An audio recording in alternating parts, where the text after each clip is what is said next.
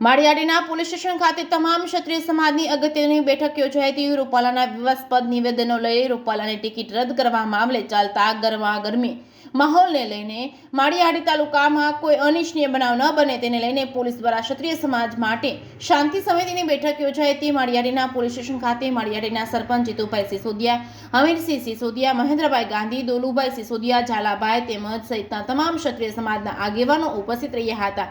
માળિયાડીના PSI PK ગઢવીએ તમામ ક્ષત્રિય સમાજને શાંતિ અને ભાઈચારાની જેમ રહેવા કરી હતી અપીલ। જે કેસની ગુજરાતી સાથે પ્રતાપ સિસોદિયા, માળિયાહાટીના।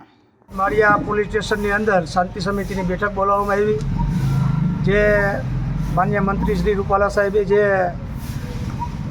દરબાર સમાજ અને રાજપૂત સમાજની વિરુદ્ધમાં જે પ્રવચન આપ્યું હતું એ બાબતે એક શાંતિ સમિતિની બેઠક બોલાવવામાં આવી છે અને સાહેબે એક વ્યવસ્થિત સૂચન કર્યું છે કે આપણા ગામને કે આપણા તાલુકાની અંદર કોઈપણ જાતનું વાતાવરણ કે પરિસ્થિતિ બગડે નહીં એના માટેની આ સમિતિની બેઠક હતી શાંતિ સમિતિની।